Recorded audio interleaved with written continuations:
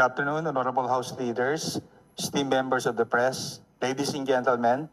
Welcome to the House of Representatives, and we thank everyone for taking the time to join us for today's press conference. I'm Ryan Ponce Pacpaco, your moderator. At this point, allow me to acknowledge the 11 members of the House Prosecution Panel, led by Lead Prosecutor, House Committee on Justice Chairperson, Attorney Gerbil Jinky Betrix Luistro, Batangas. House Committee on Public Accounts Chairman, Terry L. Redon of Bicol Saro Party List. Deputy Majority Leader Rodrigo Rodsel Gutierrez of One Rider Party List. House Committee on Justice Vice Chairperson and House Assistant Majority Leader Isabel Maria J. Zamora of San Juan. House Senior Deputy Majority Leader Lawrence Defensor of Iloilo. House Assistant Minority Leader Jose Manuel Shell I. Jokno. Former Justice Secretary and former Senator turned House Senior Deputy Minority Leader Leila M. De Lima of Mamamayang Liberal Party List. Well, of course, House Deputy Minority Leader Kaka J. Bagao of Ninagat Island, who is currently in her district. House Committee of Dangerous Drugs Chairman Jonathan Kit Flores of Bukidnon. House Committee on Public Information Chairman Lordan G. Suwan of Cagayan de Oro City. And House Committee on Good Government and Public Accountability Chairman Joel Archua of Manila. To formally start the press briefing, may we now hear first the opening remarks of Lead Prosecutor Chairperson Jinky Luistro. Ma'am, you may proceed po. Thank you. Good afternoon, everyone. This is actually our first appearance as members of the prosecution panel of the House of Representatives. We would like to update our beloved countrymen that the panel of prosecutors are ready to appear before the impeachment court. As we have witnessed yesterday, the impeachment court already convened, and we commend the action of the Senate of the Philippines for responding to the mandate of the Constitution. Nevertheless, let us all be reminded that what is mandated to be forthwith is not only the convening, it is the trial that is mandated to be forthwith.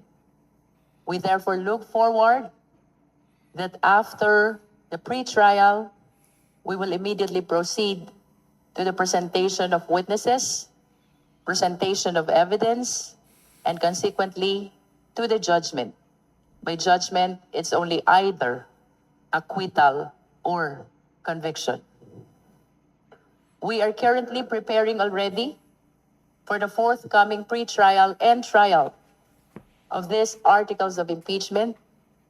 And I wish to share with you the teams that we have created. You will remember that the articles are summarized into 4. Article 1 pertains to threats and destabilization. No. This is actually just a list of the assignment per article that was given to the 11 prosecutors. But this does not necessarily follow the way it was presented in the articles of impeachment. And this does not follow as well the sequence by which the same will be presented. This is a matter which is still being discussed. But nevertheless, we wish to share with you that for threats and destabilization, this is led by our colleague, our STML, Com Lawrence Defensor. And with Kong Lawrence Defensor as members of this article or team, we have Kong Laila de Lima, Kong Bel Zamora, and this representation. Another article is bribery.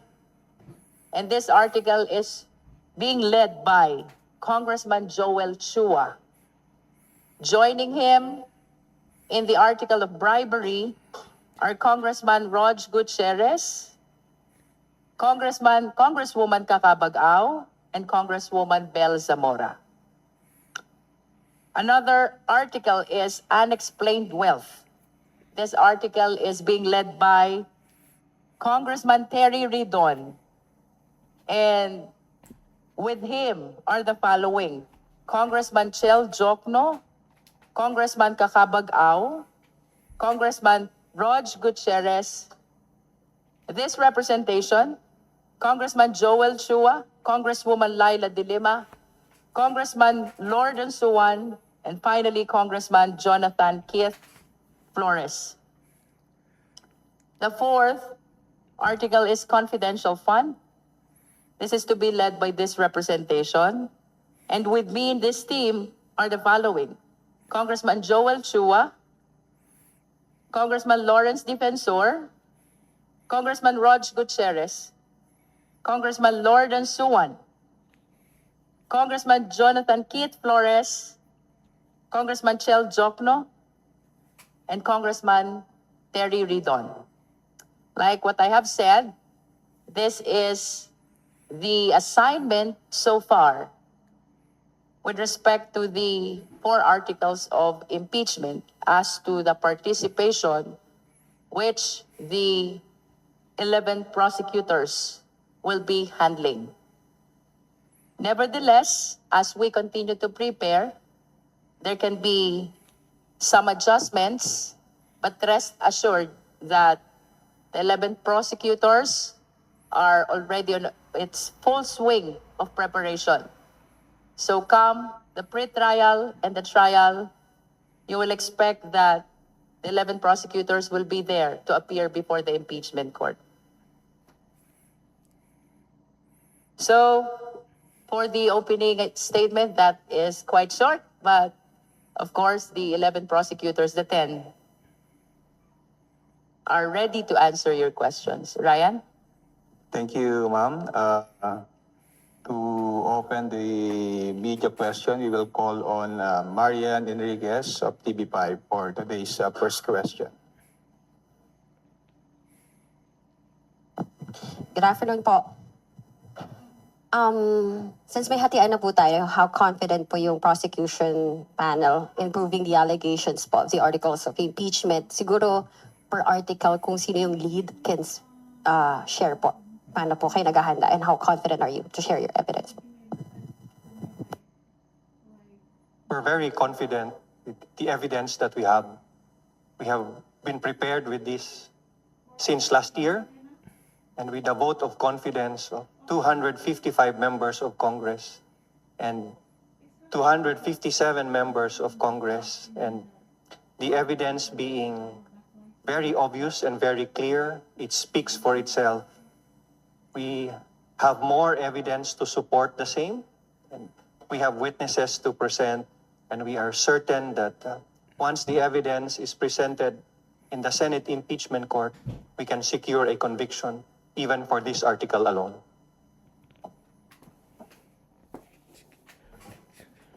Okay, on unexplained wealth, no, nakita naman na po natin yung body of evidence during the course of the House Committee on Justice proceedings. We don't want to discuss further yung po mga detalye as before because we are within the impeachment trial process already. But yung po mga dagdag na mga ebidensya which did not get disclosed during the course of the committee proceedings, we will seek to present it during trial. Kasama po dyan yung unsealing of the BIR box. Kasama din po dito yung pagbubukas ng pong bank accounts ng pong mag-asawang Duterte Carpio. So, given the entirety of the body of evidence that we had seen, tingin ko naman po, on unexplained wealth pa lang po, we can secure a conviction of the Vice President. With respect to the articles regarding the bribery, ito naman po ay nakita na natin during the committee hearing of the good government during the 19th Congress.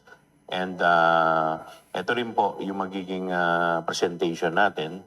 But of course, since the impeachment court had already convened, we are barred from discussing about the merits. But rest assured, everything will be according to kung ano man yung plan tsaka legal strategies na amin pong gagawin. Salamat po. For confidential fund, we wish to express our confidence in proving this article, establishing the guilt of the respondent. We have seen the evidence already. As a matter of fact, as early as during the 19th Congress, during the inquiry in aid of legislation of the Committee on Good Government and Public Accountability. You will recall the testimony that was presented by PSA about the fictitious names appearing in the documents evidencing payment. You will remember also the testimony of the NBI about the signatures, which appear to have been authored by only few number of persons. So we can also include the notices of disallowance recently issued by the COA, as well as the denial of the appeal of the respondent Vice President, which means they are affirming the 73 million notice of disallowance for 2022. So, like what Kong Joel Chua already mentioned and Kong Terry Ridon, we cannot discuss anymore on the merits because we have entered our appearance already as public prosecutors yesterday, and we are bound by the prohibition which is included in the Senate rules on impeachment. Nonetheless, we are reiterating our confidence in establishing and proving these 4 articles of impeachment. Last na lang po from my end. Go ahead. Chair, can you also divulge na po kung pwede, kung sino yung mga private prosecutors, napiling mga spokesperson, impeachment managers, and also you mentioned during your opening statement, let us all be reminded that yung forthwith, it's not only the convening, it is the trial that is mandated. May fears po ba, may concerns po ba tayo na haharangin pa muli yung trial? I am actually very positive about the impeachment court because they responded already to the mandate of convening forthwith. Nevertheless, we just want to remind our beloved countrymen that what is being mandated by the Constitution is not only convening forthwith. What is mandated is trial forthwith. By trial, it means presentation of evidence, presentation of witnesses, which will lead to decision of either conviction or acquittal. We are positive and we look forward that we will be appearing during the pre-trial and thereafter the trial, where we will be presenting all the evidence for the prosecution.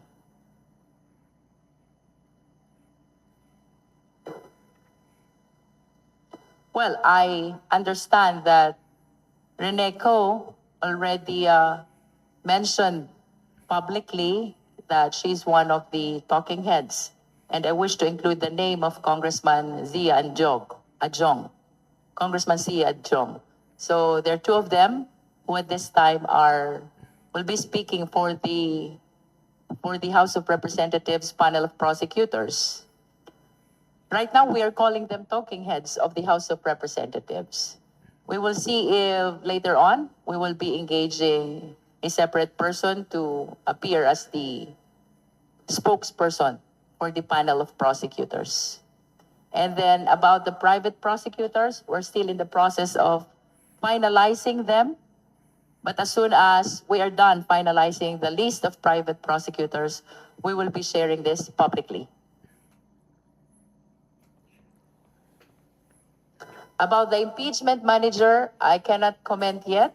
We are just helping each other without any designation.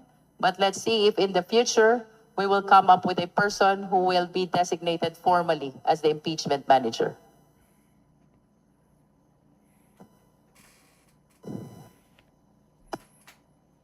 Thank you. Are there any other comments from the House prosecutors? If none, we will recognize Jonathan Andal from GMA 7. You may proceed. Good afternoon po. Congressman Keith Flores, lahat po ng kasama nyo rito bumoto ng yes sa impeachment. Kayo lang po yung nag-abstain.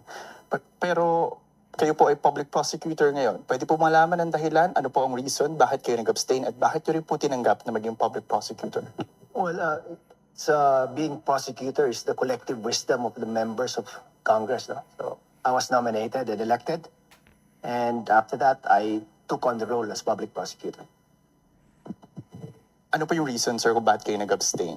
Pwede pong malaman. Well, there were personal and political reasons for abstaining, but it wasn't about articles of impeachment. Thank you, sir. Last question na. Ma'am, can you walk us through sa magiging, sa proseso ng pre-trial stage? Ano ang mga mangyayari doon? Gaano katagal ang aabutin nito bago tumungo sa mismong trial? Well, by pre-trial, what I can share with you is my experience in the ordinary criminal case, no? There will be stipulation of facts, there will be submission of the name of the witnesses, and submission of the documents to be presented. But we have to know yet as to what will be the rules of the impeachment court with respect to the conduct of the pre-trial. I hope that we will be given the opportunity as well to participate in coming up with these rules, which will govern the pre-trial of this impeachment proceeding. Last na po. Yung mga private prosecutor na kukunin po ninyo, allowed po ba sila to conduct cross-examination? Ano po ang nasasabi sa rules? Well, cross-examination is allowed every after direct examination of the witness, be it a witness of the prosecution or a witness of the defense. So to your question as to whether the public prosecutors are allowed, so long as they are under the direct control and supervision of the public prosecutors, private prosecutors are allowed. Thank you. Let us now go to Lance Mexico Newswatch. Lance? Hello, good afternoon po. Siguro po first to Congresswoman Luistro or Prosecutor Luistro, may survey po na lumabas kamakailan na nagsasabi na public opinion is still yung preferred ng mga tao over evidence daw pagdating sa impeachment ni Vice President Sara Duterte. Sa inyo po bilang lead prosecutor, how will you convince not just the prosecutor, not just the judges, the senator judges, but also the public that there is enough reason to convict the vice president? Evidence and public opinion are very much intertwined. If you will be able to present strong evidence, therefore you will be able to get a favorable public opinion. Both are significant for us to be able to establish the 4 articles of impeachment. Right now po, siguro anyone can answer kung sino po yung gusto. Ano po yung biggest challenge na nakikita ng mga prosecutors sa paparating na impeachment trial? Anyone can answer po. Okay po. Sige, si Congressman Defensor. One of the biggest challenges that we face is fake news, trolls na mali ang ikinakalat na balita, maling ebidensya ang binabarina sa utak ng ating mga kababayan. Ang fake news at trolls, dapat matigil na yan.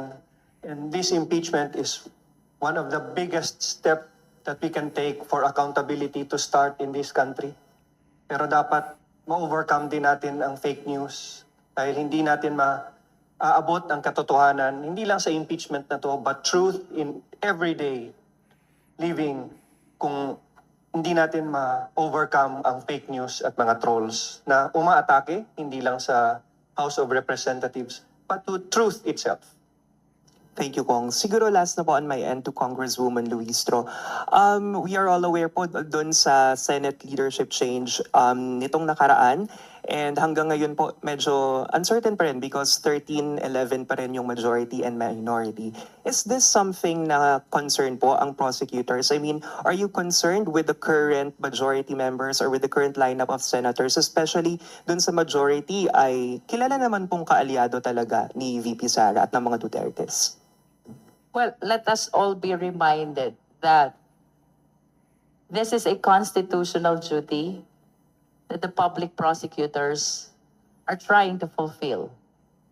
So regardless of who are in the majority and who are in the minority, the 11 prosecutors will be very much obliged to help establish these 4 articles of impeachment. We wish to express also our highest respect to all the senator judges. We understand that even they are responding to their constitutional duty. So we expect that we as public prosecutors will be responding to their mandate in the same way that the senator judges will be impartial and independent in hearing and resolving these articles of impeachment as what the Constitution mandates. Thank you, Lance. Dwight De Leon of Rappler, go ahead with your questions. Hello po, good afternoon. Balik lang po ako kay Congressman Keith Flores. If you may just expound kung ano po yung personal political reasons for not voting in favor of, or for not, yeah, for basically not voting po sa impeachment. Given that last year, you also, if I'm not mistaken, you signed the impeachment case against the Vice President, and does it undermine the optics of the prosecution team that one of the members didn't vote in favor of impeachment? Well, again, as I said, it's personal political reasons. But it's not the first time that a public prosecutor was nominated and elected in the impeachment process as a public prosecutor. No? It happened before when a public prosecutor also did not vote for the articles of impeachment but was nominated and elected by the House. Again, as I said, no, I yield to the collective wisdom of the members of the House when they elected me. Is part of the reason, siguro po, based on consultation with constituents, did that play a role in why you didn't vote in favor of impeachment? Well, yes, that played a factor of my decision on abstaining. But it wasn't because of the articles of impeachment.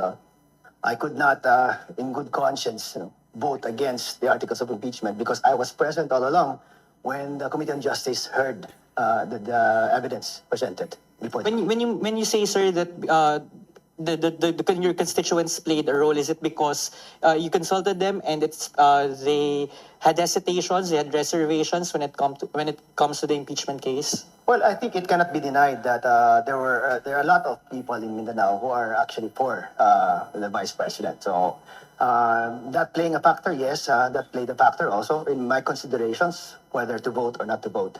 But also as far as maybe the trust and confidence of the members of the House, maybe because I was already a member of the impeachment prosecutors in the previous year, and my familiarity with the case being a vice chairperson of the Committee on Justice, that played a role in their decision in electing me as one.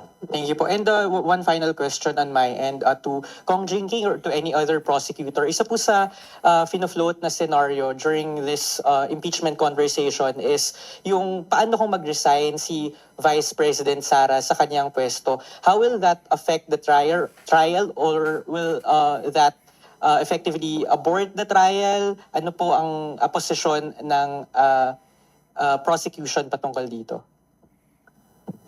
Before I answer the question, let me just formalize the designation of Congressman Zia Jong and Congresswoman Rene Go. They are not talking heads, they are House trial spokespersons. Congressman Zia Jong and Congresswoman Rene Go. To answer your question, this is my opinion. not the opinion of the 11 prosecutors. We have to remember that there are two principal penalties in case the respondent in an impeachment case is convicted. These two principal penalties are removal and perpetual disqualification.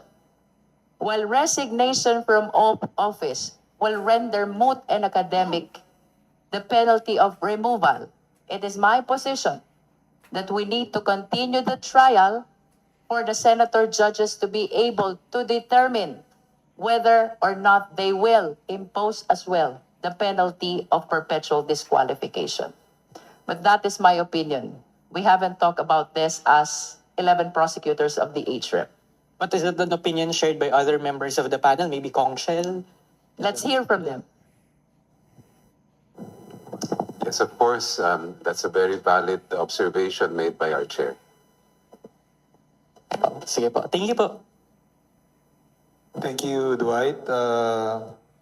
Rose Cas of UNTV is next.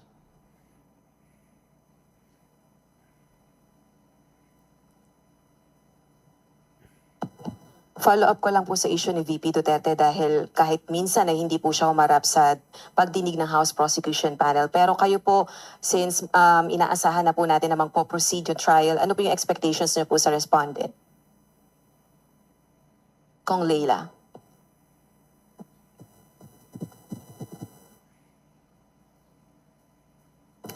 Alalahanin po natin that this is also due process for VP Sara. So, pagkakataon niya to. So, it's time for her to face and answer the accusations against her. Kung walang kasalanan, dapat walang iniiwasan o walang dapat iwasan. Wala rin dapat pagtakpan at hindi dapat ito hinaharang. So, well, I guess I heard from the news that the councils of VP Sara will be responding to the summons by filing the appropriate answer. So, pagkakataon niya to, this is due process for her. Regarding naman po sa pagiging lead prosecutor niyo po, Kong Jervil, bukod po dun sa kayo po yung pangunahing tatanggap ng notices and other issuances from the Senate Impeachment Court, ano po yung significance ng inyo pong posisyon as lead prosecutor? Well, my understanding about my becoming the lead prosecutor is because I am the chairperson of the Justice Committee, which heard the impeachment complaints which were later on turned into the articles of impeachment. That was upon the hearing and all the proceeding before the Justice Committee. About my obligation as lead prosecutor, I need to support and help my colleagues, all the 10, 11 prosecutors, to be able to establish all these 4 articles of impeachment. I anticipate also that I will be delivering the opening statement as well as the closing statement. That is in my capacity as the lead prosecutor of the House of Representatives. Alright, last on my part na lang po, Kong. Kasi po dun po sa articles of impeachment, kapansin-pansin na yung dalawang articles of impeachment, yung unexplained wealth at saka po yung misuse of confidential funds, meron pong 8 at 9 natututok na mga prosecutors. Ano pong wisdom behind that? Dahil ba yun sa bulk ng evidences or ng mga allegations dun po na nakapaloob dun sa articles of impeachment? We should ask the lead prosecutor for these articles, Kong Terry Ridon for unexplained wealth. Well, yung po unexplained wealth, ano po talaga ito, no? Masaklaw po talaga yung kaso po na ito. So, we will be deploying more prosecutors po for this particular aspect of the case.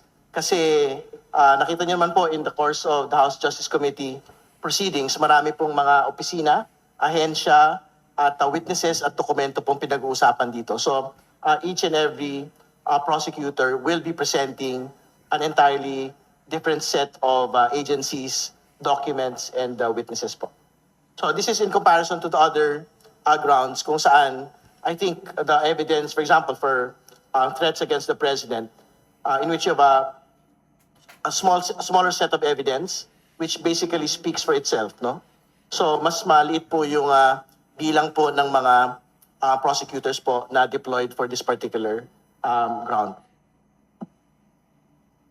And for confidential fund, of course, the reason why there are a lot of prosecutors compared to the other grounds is because there are more evidence, mostly documentary, which will be presented for us to be able to establish the article of confidential fund. So that is the reason why there are more prosecutors, both in unexplained wealth and in confidential fund, compared to threats and destabilization and bribery. Sorry, just to press on that, hindi naman po ibig sabihin na mahirap patunayan yung mga allegations na yan, kaya mas maraming deployed na prosecutors. Not necessarily. The unexplained wealth and the confidential funds evidence are mostly documentary, voluminous documentary evidence, which reason we will be needing a lot of prosecutors to help us present its article of impeachment. Thank you, Rose. Bibian Gulia of ABS-CBN 2 is now recognized. Kong Jervil, ano po ang stand ng House Prosecution? Tingin niyo po ba makakabuti kung dadalo si Vice President Sara Duterte sa trial sa Senado sitting as an impeachment court? I wish to add to the answer of Kong Laila a while ago. In addition to that being part of her due process, this is likewise her constitutional duty. Let us remember the mandate of transparency and accountability pronounced in the Constitution, and I think the people are waiting for her answers. So, aligned to that accountability mandate, I believe she should attend and present her defense.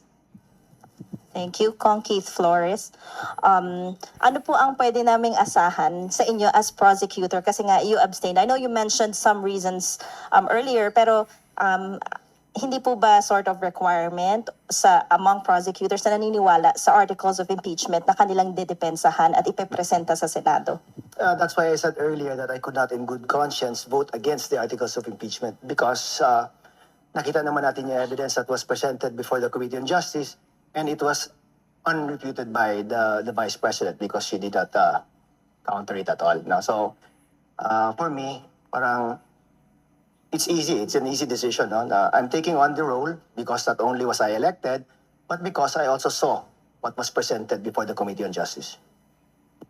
Just to speak for the entirety of the panel, I don't think we have any doubt on the confidence, integrity, and expertise of Congressman Flores to take on the role of a public prosecutor. To be clear, the choice and election of the public prosecutor is based on their siyempre karanasan po bilang lingkod bayan at karanasan din po bilang mga abogado.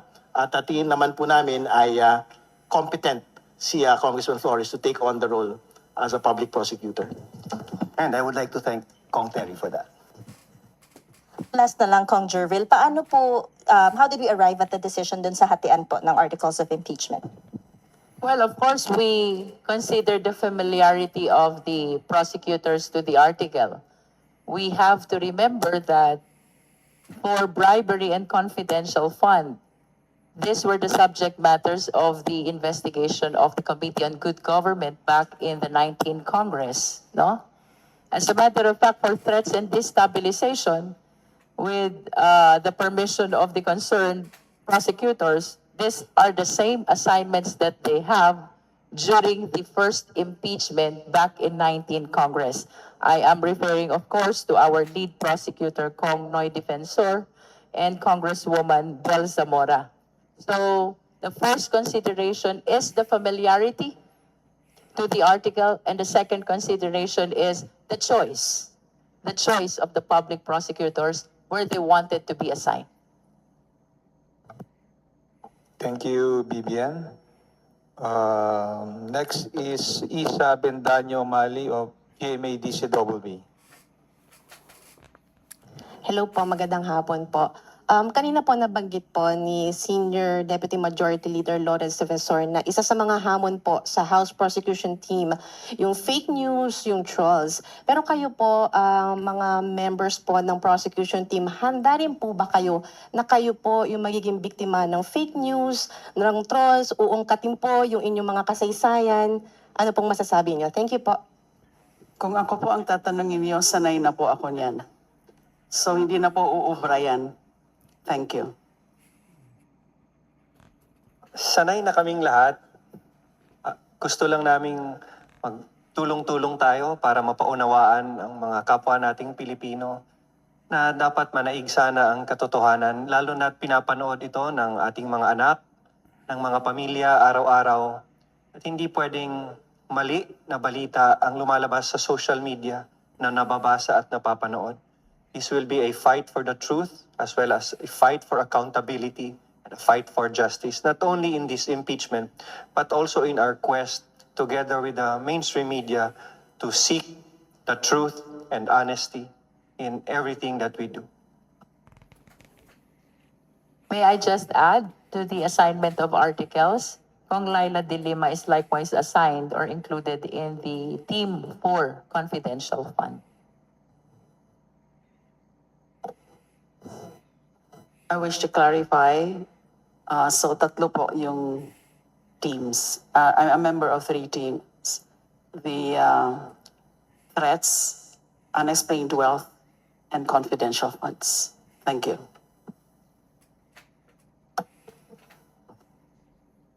Thank you, Isa. Are you done with your questions? Okay. Lenesca Panti of GMA Online. Please proceed.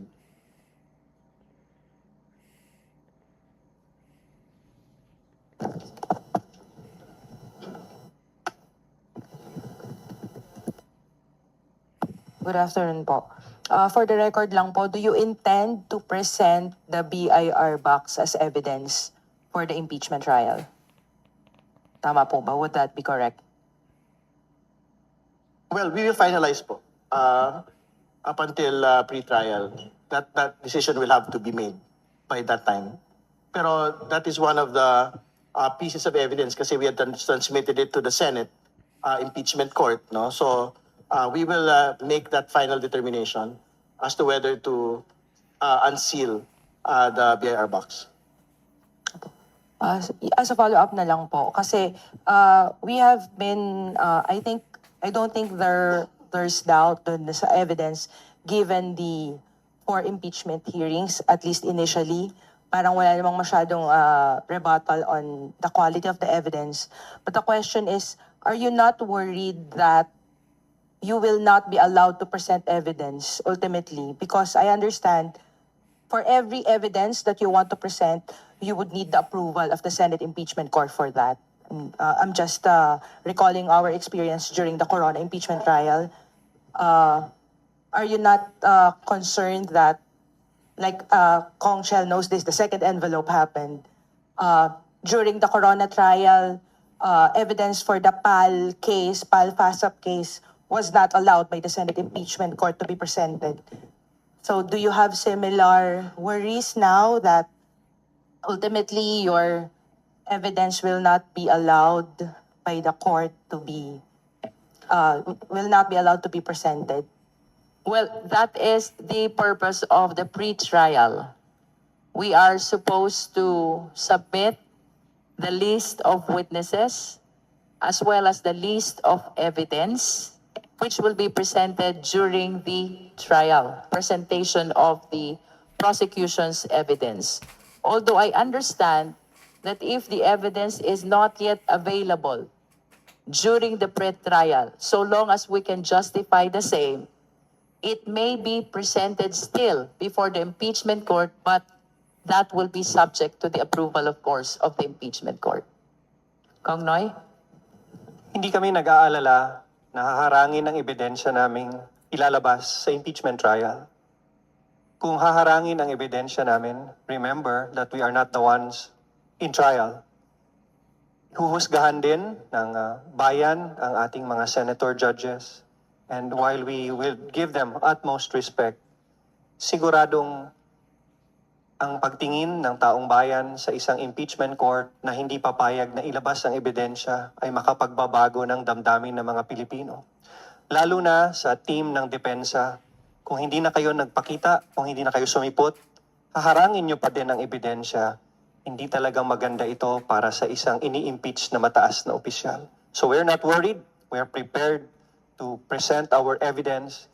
No matter what they will do, sila na ang maghusga sa amin. Igagalang namin ang ating impeachment court. Madam Chair, may I add? Klarong-klaro naman po eh. The decision on admissibility of evidence are made by the Senate as an impeachment court. But the discretion to present evidence kung ano pa yung ihahain namin na ebidensya ay nasa kamay ng prosecution. And the court cannot interfere with that discretion. Kaya sa simula pa lang kung gusto po namin na magtawag ng witness o kaya magpresenta ng mga dokumento, ay nasa sa prosecution po yon. Now later on, how the Senate will evaluate that evidence or whether they will admit it will be subject of course to arguments and on both sides and then a decision by the court. Wala naman pinagkaiba yan sa regular na korte. Dagdag ko lang, sana maintindihan din ng mga kababayan natin na hindi pwedeng harangin ng teknikalidad ang procedure sa isang impeachment court. Huwag po kayong maniniwala na may mga technicalities. Kasi ang isang impeachment trial at isang impeachment process, sinadya ng mga sumulat ng ating konstitusyon na dapat maging maluwag ang pag-interpret ng rules of procedure para mailabas lahat ng ebidensya at matimbang ito ng husto ng ating mga senator judges at ang sarili nilang konsyensya ang maghuhusga. Wala pong dapat mabigat na ebidensya na kailangan ng proof beyond reasonable doubt, but the quantum of evidence required to convict is simply the personal assessment of each senator judge whether a high public official should be removed or may stay in public office. Madam Chair, if I may add. Thank you. Well, with all due respect sa ating mga kagalang-galang na senador, baka hindi lang kasi masyadong naunawaan ng ibang kababayan natin. Kasi nung umaalala, kung titignan po natin yung pagpepresenta ng ebidensya, ang pagpepresenta po ng ebidensya, hindi po lahat ng ebidensya na ipipresente ninyo ay tatanggapin talaga. Kailangan unang-una yung purpose mo, patunayan mo yung relevancy at saka yung materiality ng ebidensya.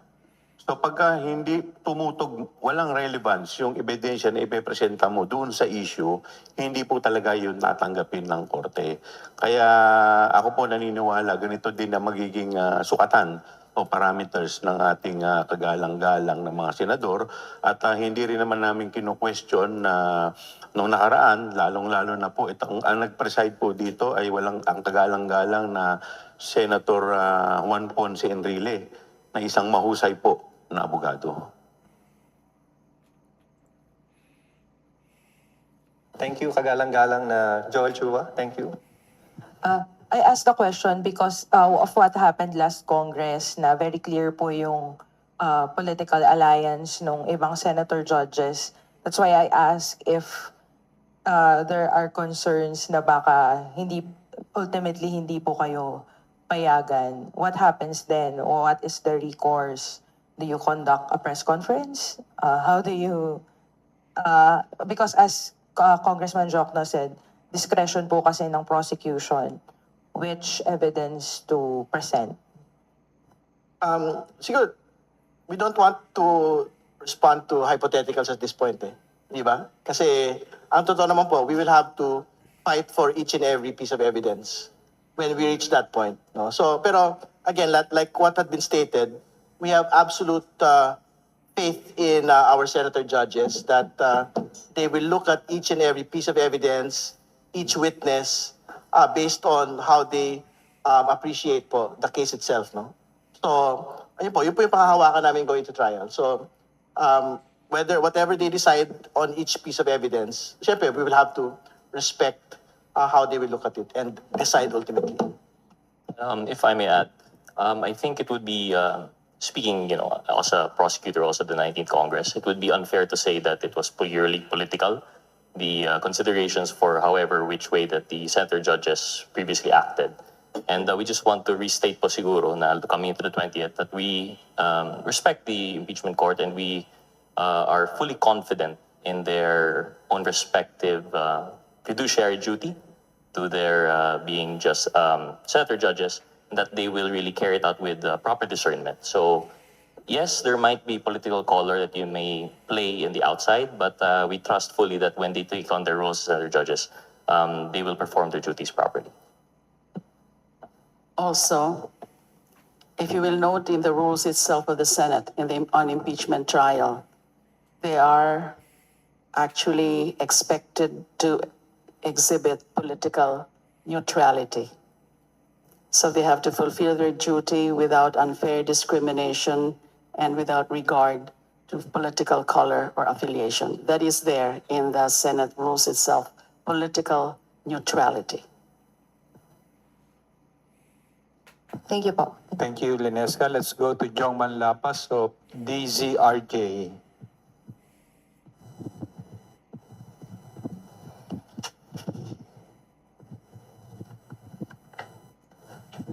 Kay Ma'am kay Representative Lana de Lima po, alam po ng lahat yung pinagdaanan ninyo under Duterte administration. Sa bilang isa sa mga first prosecutor po, masasabi po ba na payback na ninyo ito sa mga Duterte? Hindi po. I've been doing my job as a member of this House fairly and without any ill will against anyone. Hindi ko po style yan. Hindi po ako yung nag-exhibit ng vendetta. Ang para sa akin lang po, nakatingin lang po ako lagi sa prinsipyo ng katotohanan at pananagutan. Truth, also justice, and accountability. Salamat po, ma'am. Kay Congressman Torres po, pasensya na po ha. Sir, tiwala po ba kayo na madidiin ninyo ang si BP Sara sa base sa mga ebidensya ng ilalatag ng prosecutor? If you base it on what was presented by sa Committee on Justice, yes, I think so. Because wala namang ebidensya to the contrary ang binigay. Diba? That's what we were waiting for. That's what we were hoping for that she would do. Pero wala eh. That's why it would be very difficult not to say that we have enough to proceed with our case. No, pwede po ba kayo magbigay ng kahit na isa sa mga possibly na madidiin ninyo si BP Sara based dun sa ebidensya? Well, if you look at all the articles po, lahat po ng ebidensya na nag-gather namin is favorable to the articles of impeachment. Kasi nga, as I said, binigyan siya ng opportunity to present her evidence but she did not appear. So yun ang problema po doon. Excited na po ba kayo sakaling makita kayo ni BP Sara?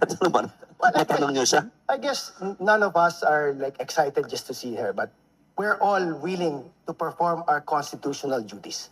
Yan lang po. Last po para po sa lahat. Hindi po ba kayo na nababahala na baka po mag-reflect sa susunod na eleksyon ng pagiging prosecutor ninyo ng impeachment trial, impeachment court?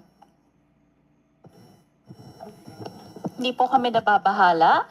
We are fulfilling our constitutional duty as House prosecutors, as congressmen, as representatives of our constituents.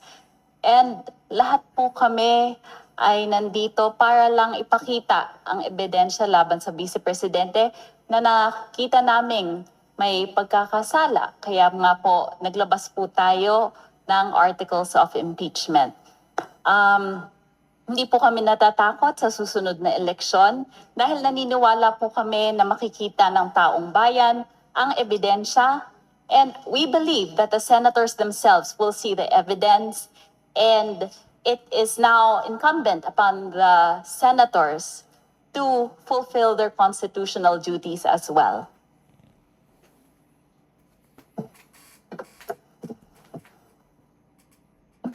Thank you, Jong. Earl Tobias from IBC 13. Please proceed with your questions.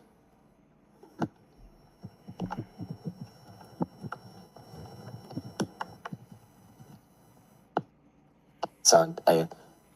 Good afternoon po, Honorable Prosecution Panel. First off po, to Prosec Lord Ansuan. Sir, Prosec, you're one of the new faces of the prosecution panel. Paano po kayo nag-prepare? Paano niyo po pinagandaan yung decision ninyo? Given yung mas tanong na rin ng aking co-reporters, the political climate and atmosphere of this topic has been highly tensioned. But you are from Mindanao and you decided to be a prosecutor. How did you prepare for this decision, sir? Yes, I am a Mindanaoan from Cagayan de Oro, and my being a Mindanaoan is precisely the reason why I take this duty very seriously. Because we're not just talking about the people's money, we're also talking about the taxpayers that Mindanaoans are paying. And I believe that no region, whether it is Luzon, Visayas, or Mindanao, no family, no official should be elevated above the Constitution or even above the investigations of the COA. And we are not here to go against or to move against or for any person. We are here for the process. And if nothing wrong was done, then the process itself will show it. And I think that's what we owe to every Filipino, including Mindanaoans. Follow-up po. Thank you. As Prosec Lawrence Defensor said, malaking kalaban ninyo yung fake news. Sa social media ngayon, ang pinaiikot na naratibo ng ilang mga trolls ay parang pulo-pulo yung nagiging laban na parang Mindanaoan does take a stand behind BP Sara Duterte, and as if yung laban is not about accountability but versusan ng mga pulo. As a Mindanaoan, sir, would you like to debunk that, na yung narrative na pinaiikot na paggaling sa Mindanao, automatic anti-impeachment? Kaya nga yung pinakamalaking kalaban natin dito sa buong impeachment process ay yung fake news talaga. Because we are talking about accountability here, and accountability does not respect regional bias. So dapat yung totoo ang manaig, and hopefully everyone can come together and decide whether what we are sharing is really news or fake news. Yung pinakauna dyan, check natin yung source ng sinishare natin, kung troll account ba yan, or kung totoong media outlet. So I think we should go back to the concern of the prosecutors that one of our biggest enemies here is fake news. Thank you, Prosec. For Prosec's Defensor, Dilima, Luistro, and Joke na po, I just to collate a heavy legal and a firm stand. Last Senate, they deemed it enough, even they were already convened, to return the articles of impeachment to the House of Representatives. One being the reason is yung petisyon sa Korte Suprema. Ngayong taon po, clearly, nag-convene na ang Senate Impeachment Court, kasado na ang prosecution panel, pero it's also not a secret that the Vice President is still running and seeking forum from the Supreme Court. Pero sinasabi rin po nila na handa silang irespeto ang jurisdiction ng Senado at humarap sa trial. Is this a legally conflicting stand? And dapat po ba sa pre-trial pa lang, kumpirmahin na ng kampo ni BP Sara Duterte kung haharap ba sila sa proseso, irerespeto ang jurisdiction ng Senado, o magpapasaklolo sa Korte Suprema? Thank you po. Of course, it is the prerogative of the defense team to elevate any issue which they believe consists of constitutional question to the Supreme Court. Nevertheless, even if there are pending petitions in the Supreme Court, this should not hamper or delay the impeachment trial, especially considering that there is no temporary restraining order or injunction issued by the Supreme Court for that matter. That is why earlier I said we commend the impeachment court. We are very much positive that they convened pursuant to the mandate of the Constitution, that is forthwith. Nonetheless, we are trying to solicit the support of our beloved countrymen that what is being mandated to be forthwith is not only the convening. What is being mandated to be forthwith is the trial.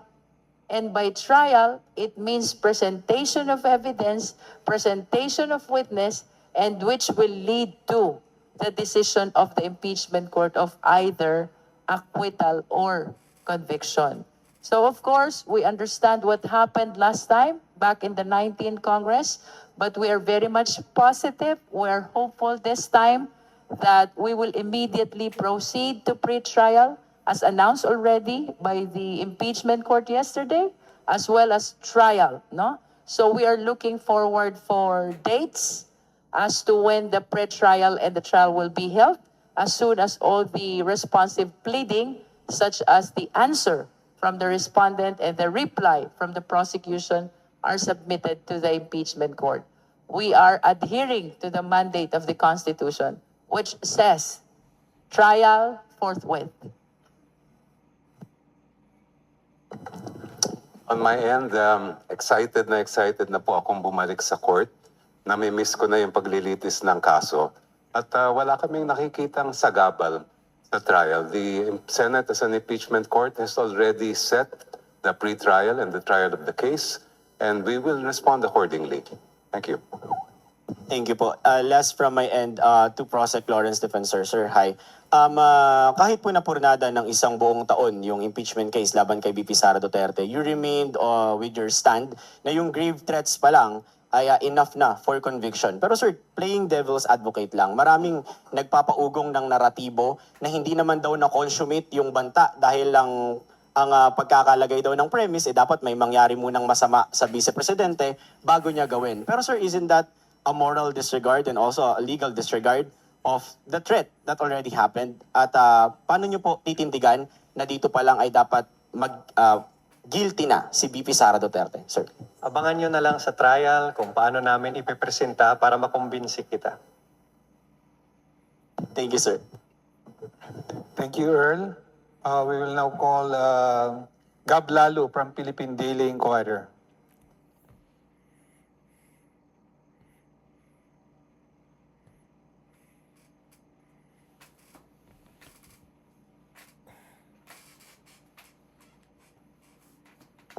Hello po.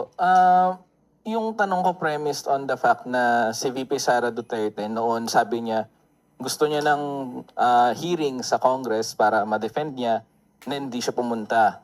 And then sabi niya before na gusto niya rin ng bloodbath sa Senate pero hindi pa natin nakikita yon kung pupunta siya. Possible po bang mag-proceed yung trial without the Vice President attending or her legal team participating in the trial? And under the Senate rules, even if the Vice President would opt not to attend, kahit hindi siya mag-attend, or kahit hindi siya mag-file ng answer, o kahit walang defense team na dumating, trial will still continue. Those instances will only be considered as an entry of a plea of not guilty. So ulitin natin, kahit hindi dumating ang Vice Presidente, kahit hindi siya mag-file ng answer, kahit hindi dumating yung defense lawyers nila, tutuloy pa rin ang trial. Ang magiging effect lang nitong instances na to, it will be considered as an entry of a plea of not guilty. So yung mga judges po ang mag-enter parang po sa court proceedings, sila po ang mag-enter ng plea for the Vice President. Ganun po ba yan? It is deemed an entry of not guilty, but the rule does not say that the senator judges will be the one to make that entry. Ma'am, on that point, kung magtutuloy yung trial, kasi if I remember correctly, nung proceedings po natin sa House Committee on Justice, parang si Congressman Chuay nagsabi na, kaya naman nag-rule yung committee na may probable cause dahil wala naman prinesentang ebidensya yung defense to counter the evidence presented sa mga complaints. Should it happen na hindi mag-present hindi pumunta si VP Sara and her counsel, does this mean that the senator judges would have no basis to acquit her? Dahil hindi naman po nagpresenta ng ebidensya. Well, it still depends on the appreciation and judgment of the senator judges, no? But of course, it is very hard to conceive how you will consider the defense of the respondent vice president if not a single evidence is being presented, no? Tama ka doon, dun sa pangyayari sa Justice Committee, the threshold is very low. Probable cause lang, which is reasonable justification to be able to proceed to trial. Wala ni isang ebidensya ang naipresenta ng Vice President. As a matter of fact, she and her lawyers did not appear. So, all the evidence of the complainants appear as unrebutted, unquestioned, uncontroverted. And considering that the threshold is only probable cause, of course it is reasonable to anticipate that there will be a finding of probable cause. Now, with regards to the trial, if they will not be appearing, it will depend really on the appreciation and judgment of the senator judges if the evidence of the prosecution, considering the absence of the evidence of the defense, will be enough for them to render a judgment of conviction. Pero is it safe to say that VP Sara would put herself at a disadvantage if she would not attend? Kasi ito na yung last chance niya to dispute or refute the evidence. I believe that it will be disadvantageous for her if she will not be presenting her evidence, because there's already evidence presented by the complainant, and the same evidence will be presented before the impeachment court. If this evidence will continue to be unrebutted, uncontroverted, there is a possibility that the senator judges will be appreciating the evidence in favor of conviction. But of course, as I have said earlier, it will depend entirely on the appreciation and judgment of the senator judges. So, ma'am, sorry, last question on my end. Is it possible, ibig sabihin po ba possible na ma-acquit pa rin si VP Sara despite the defense panel not presenting any evidence kasi it is up to the senator judges? As far as we are concerned, the evidence of the prosecution is strong. Pero kung dadating yung sitwasyon na ebidensya lang ng prosecution ang malalatag at walang ebidensyang mailalatag ang defense, perhaps for the reason that they will not appear, that will be an exclusive judgment of the senator judges. But of course, the sovereign Filipino people will be watching.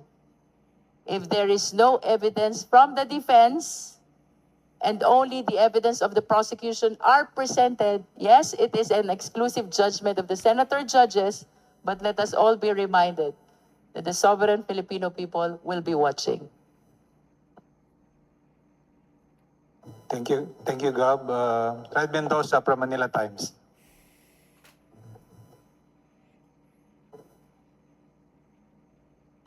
Ma'am, I have 3 questions po, ma'am. Ma'am, I talked to two people, one from Mindanao and one from Luzon.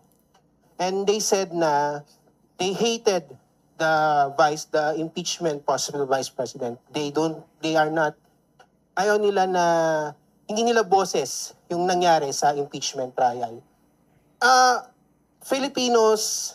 Some of the Filipinos that voted for you don't agree with what's happening with the impeachment trial. What's your thought po na hindi lahat ng mga bumoto sa inyo or lahat ng constituents ninyo ay pabor sa impeachment trial? And again, 32 million voted for the vice president. Are you scared of a pushback from the 32 million who supported the vice president? Notwithstanding na yung mga sinasabi ng mga ng voting doon sa House ay maraming Mindanaoan daw ang bumoto, which is equivalent daw doon sa population ng bumoto sa kanila. But that is not the case kasi some of the people I've talked to, they said hindi nila gusto yung nangyayari ngayon sa impeachment. Alam mo kasi what you should remember, this is a constitutional duty. By duty, this is not our choice. This is obligatory on our part to push for this proceeding, no? This is not a question of gusto ba namin o ayaw namin. No. This is a duty and therefore we have no choice but to push forward. If I may add, Una ka, ma'am. thank you. This duty is bigger than all of us. this duty is enshrined and mandated by no less than the Constitution and actually imposed by the Filipino people. So this is bigger than any one of us, and this is bigger and far more primordial than any personal or political concerns. Kung may taga Iloilo na hindi pabor sa impeachment at hindi pabor na naging prosecutor ako sa impeachment na ito, paglilingkuran ko pa rin sila habang congressman nila ako. Magkasundo man kami o hindi sa impeachment na ito. Next question na lang po. Kasi right now po, so far po yung mga observations po ng ilan sa ating mga kababayan sa social media is kayo daw po or most of the congressmen who received or who voted for the impeachment ay naka-receive daw po ng maleta, ng pera, or naka-receive daw po ng 20 million or any amount for notwithstanding. These are the people that na sinasabi din yun po na some of them are trolls. Pero of course, hindi naman lahat sila, yun ang paniwala nila. Yun ang paniniwala nila. How can you combat yung ganitong paniniwala na hindi nyo sinisiraan yung kanilang political or political thinking na hindi kami nagkakatanggap ng ganitong pera, pero hindi kami nakatanggap ng ganitong pera. We did this because we believe in the case. So, kung may maleta, nasan yung maleta? Kung mayroon 20 million, nasan yung 20 million?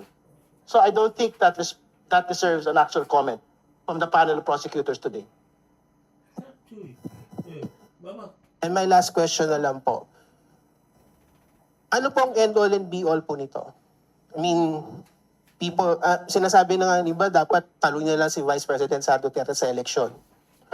I mean, yun nga. I mean, dapat talunin na siya sa election. Kasi, ang end all and be all nito is removal from office.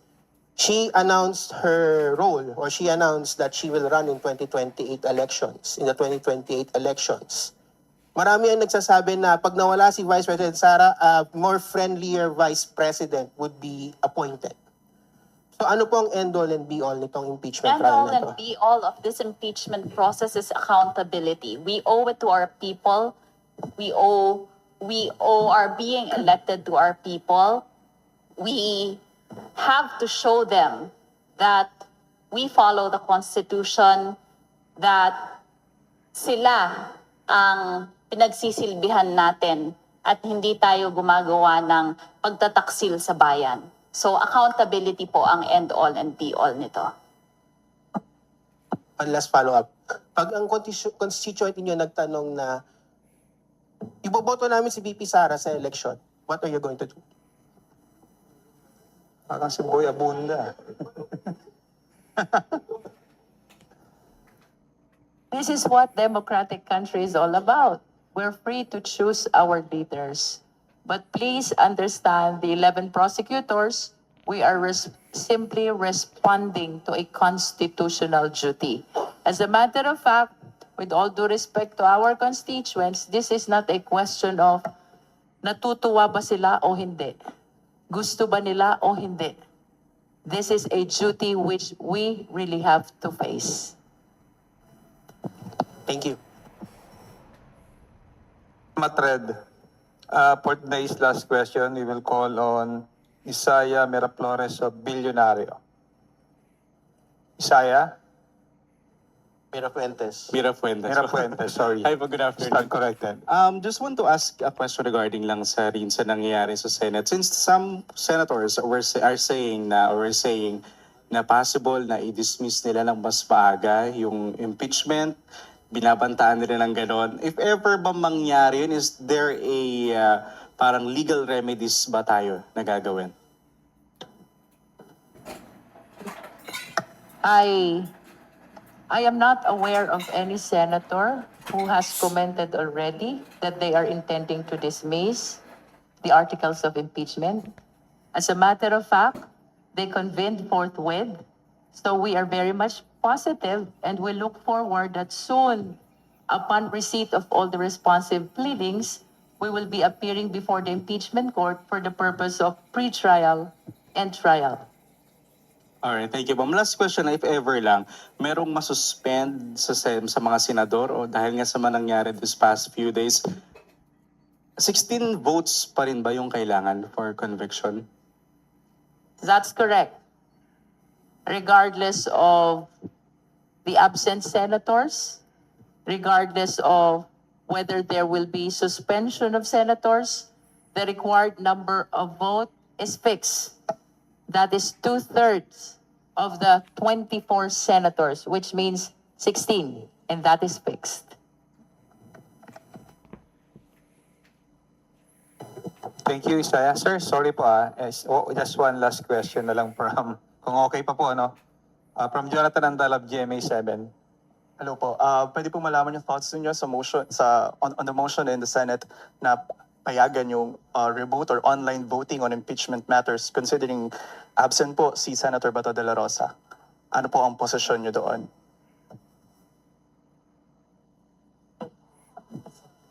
Is this for the legislative process or for the impeachment process?